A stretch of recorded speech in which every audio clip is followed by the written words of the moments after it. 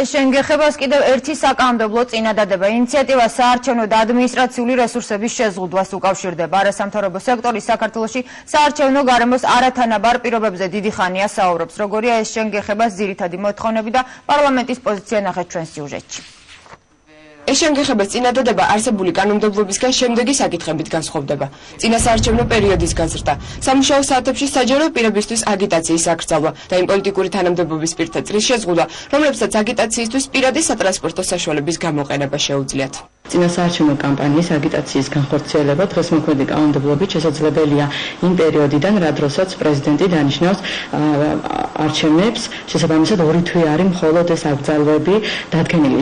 ჩვენი წინადადებით კი გვინდა რომ კონკრეტული აკრძალვების შეზღუდვები გავრცელდეს უკვე 1 ივნისიდან. ეს შენგეხება საკანონმდებლო წინადადებათა პაკეტი პარლამენტის ბიურომ იურიდიულ კომიტეტს განსახილველად უკვე გადასცა. ჩვენ მივიღებთ ძალიან ბევრი რეგულაცია, საარჩევნო ფინანსების რეგულირების, საარჩევნო კოდექსში არის ბევრი საკითხი დარეგულირებული. თუ არასამთავრობო თვლიან რომ არის კიდევ თემა, რომელიც უნდა განიხილოს, ჩვენ მზად ვართ ამისთვის. პოლიტიკური პარტიების ნაწილი ფიქრობს, რომ ეს შენგეხება საკანონმდებლო წინადადებების მიღებას საარჩევნო გარემოს გააუმჯობესებს.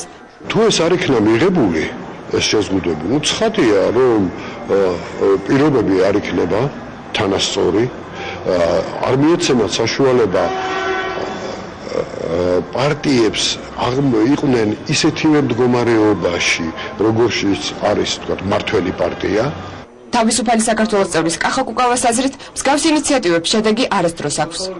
ძალიან კარგი არის, რა თქმა უნდა, ასეთი საკანონმდებლო ინიციატივები და კამპანიები, მაგრამ ეს ძალიან გავს ჩხლეტას ქოლგით. ყველამ ძალიან კარგად ვიცით ეხლა, რომ ამ წკენებით და ჩხლეტებით საარჩევნო გარემო ოქტომბრის არჩევნებამდე არ გაუმჯობესდება. პარლამენტი საკანონმდებლო წინადადებათა პაკეტს კვირის ბოლომდე განიხილავს.